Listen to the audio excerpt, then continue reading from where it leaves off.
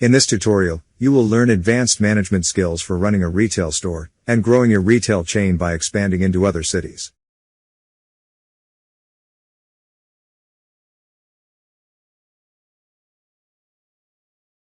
In this tutorial, you will be trained to become a better retail manager and learn how to customize your retail stores to maximize their operational efficiency and profitability.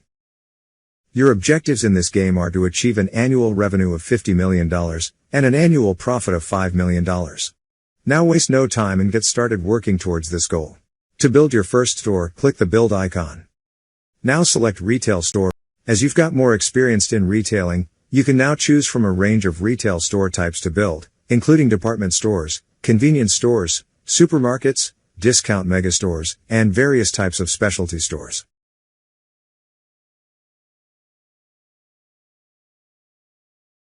Discount megastores can sell anything, which makes them very versatile. If, for whatever reason, the supply of a product to the store is interrupted, you can easily replace it with another product. On the other hand, a specialty store can only sell a specific range of products. For example, a furniture store can only sell furniture. If a supply problem occurs, you may not be able to solve it as easily because of the limited types of products that a specialty store can sell. However, specialty stores do have advantages over general stores. A specialty store is more attractive to customers interested in such products. For example, a computer store selling computers should outsell an adjacent department store selling the same product. Differences in quality, price and brand may even things out, but that's for a later tutorial. Okay, enough of the theory. Now select Discount Megastore from the menu and choose a location to build your megastore. Notice anything different? We can now see the layout of your store, which is a 3x3 grid of boxes. In the previous tutorial, you only had to click the Add Product icon and select a product from the supplier list, and the selected product automatically appeared in your store. What you didn't see was the purchasing and sales units in your store. These units actually do the real work. To understand this better, we will just add a product to the store using the old method you are familiar with.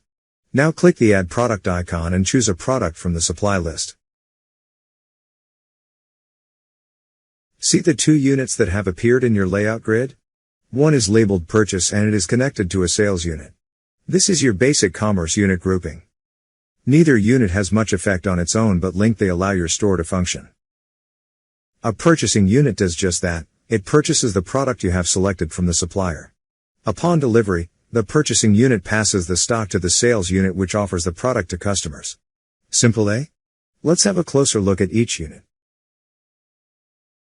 There are several indicators on the purchasing unit. The first indicator, a blue line of dotted rectangles, indicates the stock level of the product. Next, you will see the yellow supply bar and the orange demand bar. The yellow supply bar tells the amount of supply from the supplier, and the orange demand bar measures the consumer demand for the product. If the supply bar is shorter than the demand bar, there is a supply shortage. If the supply shortage is persistent, you should consider switching to a better supplier. The brown bar represents the unit's utilization level.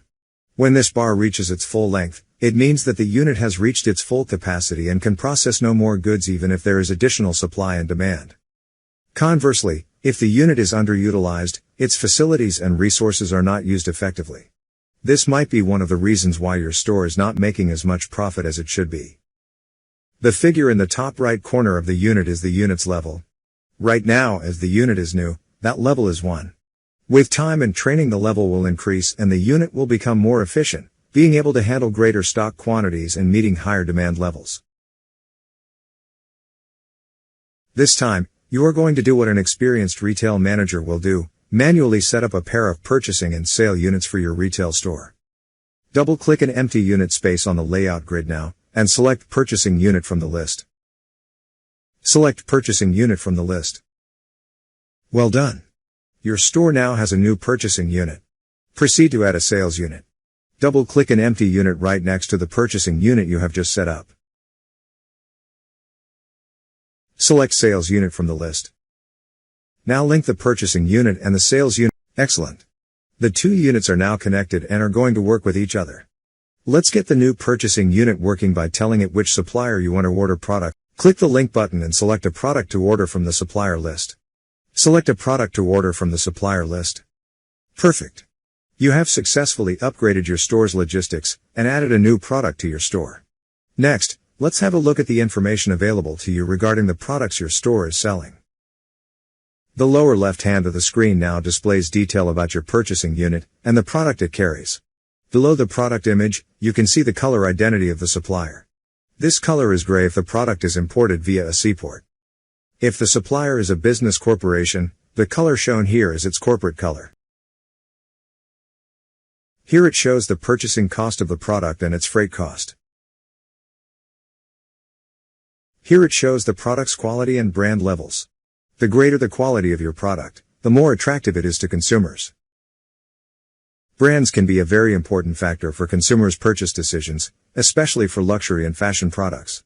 For example, when it comes to buying jeans, consumers generally pay more attention to the brand than the product's actual quality.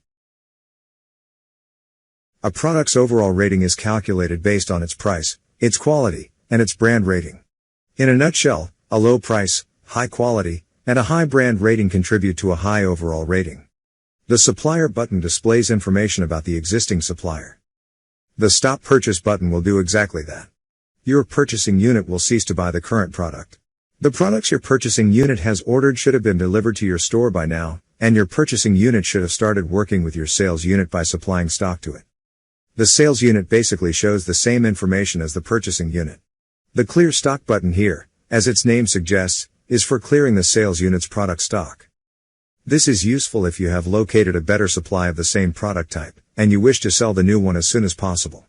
Clearing the stock in effect frees up your retail shelves for the new product immediately. You have just learned the advanced skills for retail management, and how to order the right products that have strong appeals to your customers. Now add one more group of purchasing and sales units to increase the variety of your store's products.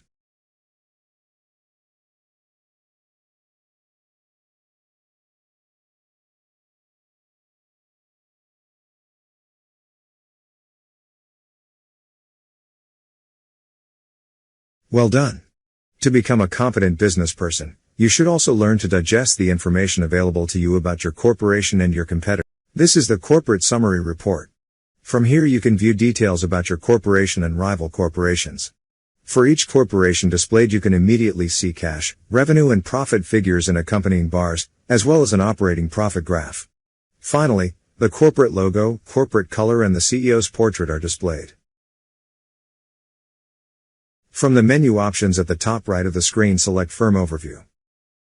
The Firm Overview screen displays the summary of the corporation's firms.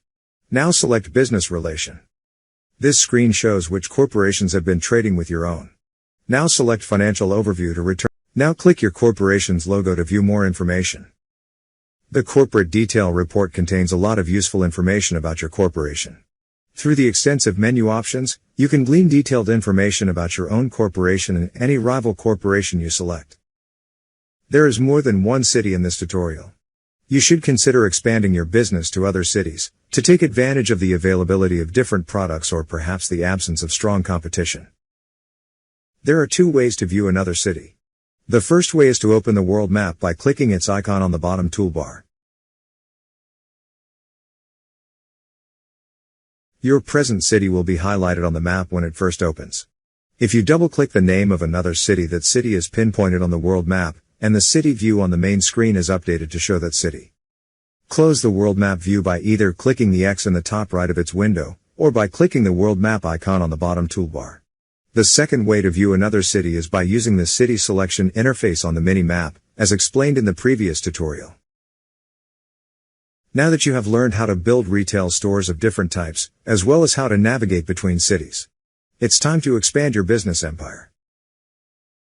Here's a reminder of your goal for this tutorial game: to achieve an annual revenue of $50 million, and an annual profit of $5 million. The goal report gives a summary of your goal status. You may open it any time by opening the Information Center, and then selecting Goal Report, or by pressing the shortcut key letter G. Although you have a humble beginning, with the new skills you have acquired in this tutorial, achieving the goal shouldn't be difficult. Good luck!